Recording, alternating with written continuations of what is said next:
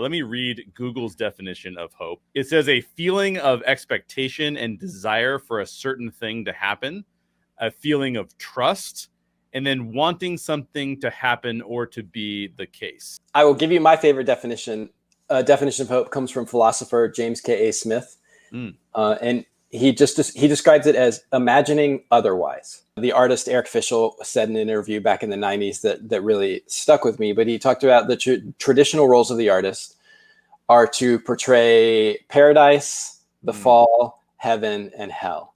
Ooh. And the way that I read that is what's right with the world, what's wrong with the world, how things can get worse, and how things can get better. So most stories, hope will play a significant role. Desire is a driving force, and the end result of that driving force, the picture in their mind, is what hope would look like. So not all stories are hopeful, just based on your definition. That's obvious, right? Like very, very obvious. But all stories do seem to contain hope in some way, even if the ultimate goal of the story is to show like the opposite of hope. I consider tragedy a function of hope. Oh, yeah. Because a story is a tragedy when it violates your audience's hopes. Because the audience has hope, that is why it's tragic. Otherwise, it would just be an ending. What makes it a tragic ending is that we want hope, desire, and even think there should be a different way that it goes. Hope is not optimism. I'm hoping for something because I'm not seeing it. Hope it has a moral component. Hope is a should and not a could. It's not this could happen or this could happen. It's this should happen. And that's why I hope for it. And that's why it's so tragic when that doesn't happen. And that's why the end of Hamlet or the end of Romeo and Juliet still bothers me every time. I know where the story's going, but every time it cuts like a knife because it just shouldn't have, it shouldn't have been. All writers, all creatives, when you're talking about story, will have to be inclusive of hope in some way, shape, or form, because it's almost like you can't have conflict without somebody hoping for something different. Stories are basically everything is not as it should be, and how do we figure out how to get it back? A problem means there's something unsound now. There's something that right. should not be, and hope is the idea that it can be solved. Yeah. Because the opposite of hope is despair, and that's when oh no, this can't be solved. What are some examples in your mind of what you would consider to be hopeful stories? The Fountain and First Reformed. Those two popped to my mind. The final image of the fountain has just always stuck with me. It's a movie about suffering and struggle throughout time, throughout all of history. Oh wow! But it ends in a very beautiful way. What I particularly liked about First Reformed is that the ending is a little unclear. Oh. And so everyone I talk to has a slightly different interpretation of the ending, and their interpretation of the ending really tells you a lot about what their hopes are. I think just about every Pixar movie deals with hope in some way, but I want to point to two. Inside Out, to me, deals a lot with hope, because one of the things I found fascinating about that film is that Riley's emotional health during the change that she's experienced is either being guided by hope or despair at any point in time. The other Pixar film I wanted to throw out there is Coco. It's about a kid learning to find hope, despite the fact that he even knows that life will end and that family relationships will end. And he's like trying to find hope beyond those constraints. Lord of the Rings, Return of the King, to me, is super hopeful. We did a podcast about that with Andrew Peterson, who is a singer-songwriter. And he was talking about this concept of eucatastrophe and the fact that human beings can't always solve the problems, and we need some external force to kind of right the world for us. And that's exemplified, of course, by Frodo not being able to throw the ring into Mount Doom, but it's still working out in the end. Any of the MCU films, any of the Star Wars films, all of those films kind of have this semblance of like, well, we want good to win out. I think that the MCU and superhero films are really more they're more like puzzle solving, I think than a great framework to aim hope on. I think in those movies the characters hope more than we do. That's a good point. I think you're right. Yeah. Because they are hoping to fix the world, but we know they're going to.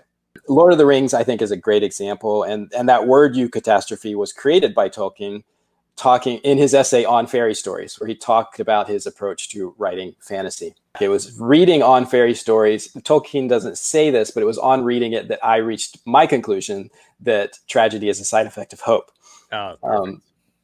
Because he starts talking about some of those meta story things. And he talks about tragedy as the highest form of drama, and eucatastrophe is the highest form of fairy tale. Why do we even tell stories that are so inclusive of hope? Why is that? We've already talked about how it's just sort of a natural occurrence because of conflict and because of desire. But why do we do this? What's the deeper meaning that we tell these stories? I have theological underpinnings from some of my thinking. There are probably people watching who don't who consider that a parable, and I think that that's perfectly fine. I think what's interesting to me about parables as a storytelling form is that to get the meaning out of them, you have to imagine that they're true. You have to treat them as true to understand what they're saying. Whether you think it's parable, whether you think it's literal, whether you think it's a combination of the two, the way to get the meaning out of it is just to treat it as literal. Very shortly after the Bible begins, in the beginning, God created the heavens and the earth. And then you get down, and on 26 verses later, God creates people. Right. It says, and what's really interesting about that is that God creates people in God's image. So you're only 26 verses into the story, but you're being told these things are made like this thing. So then what do you know about this thing? What do we know about God at that point? So what is our initial understanding of image of God supposed to even mean? Because we're reading this first, right, theoretically. And at that point, we know three things about God in this story. And that is that God is creative, because we're in the middle of the creation narrative. Right. That God is relational, and that God is a storyteller, because the premise is that God is telling this story. And I think that you see those things universally in humans, that we are creative, that we are relational, and that we are storytelling. And we've talked a lot about storytelling in particular on this show. But what's interesting to me about all of that is behind all of those is imaginative. To create, you have to imagine something that hasn't been made yet, or that is different than what is around you. Imagination is the engine of relationship. Without imagination, there's no empathy, because empathy is largely an imaginative act of being able to put yourself in someone else's shoes. So I think imagination and storytelling are crucial to the goodness of our existence. So let me give you the opposite of when we don't see wisdom in stories. I'm listening to a Joe Rogan podcast where he is talking to another young comic, and the guest says to Joe Rogan, they bring up the story of Job, and they say Job was in the belly of a whale for 40 days and 40 nights. If we look at the story just based on the facts, we could do two things. One, we could criticize their discussion about it because they got the facts all wrong, right? Like Jonah was Jonah was in the belly of a whale for 3 days or 3 nights or whatever the exact term was. But the really sad part about that discussion is that they were trying to prove or disprove the hypothesis that the story that occurs in the scripture was either true or not true.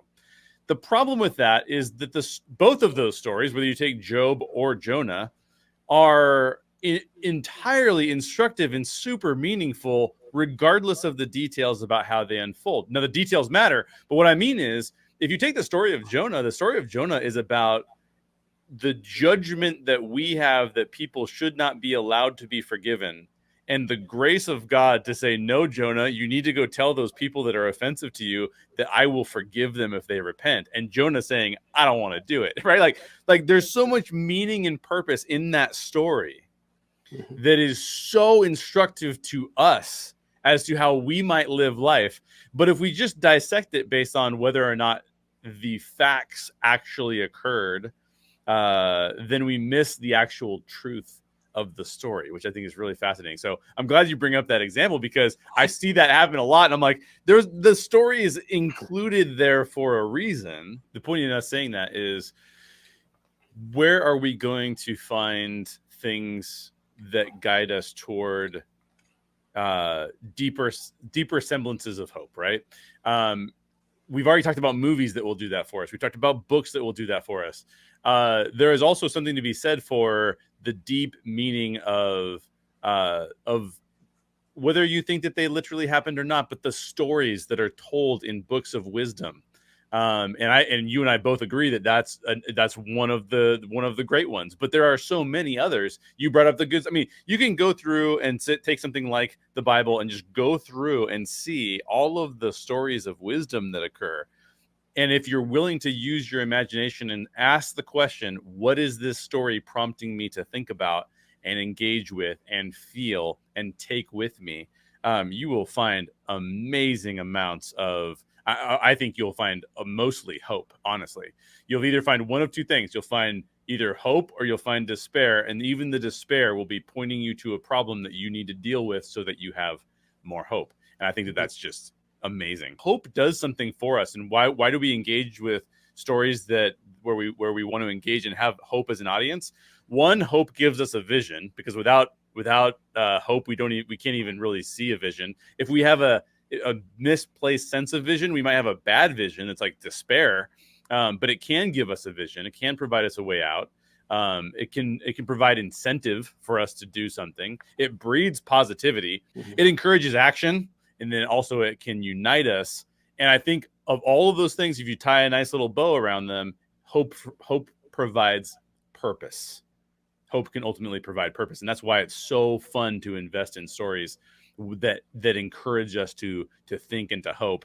I also think that you and I both agree we need the stories that are tragedies so that we can go, wait a minute, I need my hope to be in something greater than this, because the tragedy of oftentimes the tragedy of everyday human life is such that I want to hope in something else. Hope is built into just sort of the nature of story, the nature of humanity, how our brains work. Right, exactly.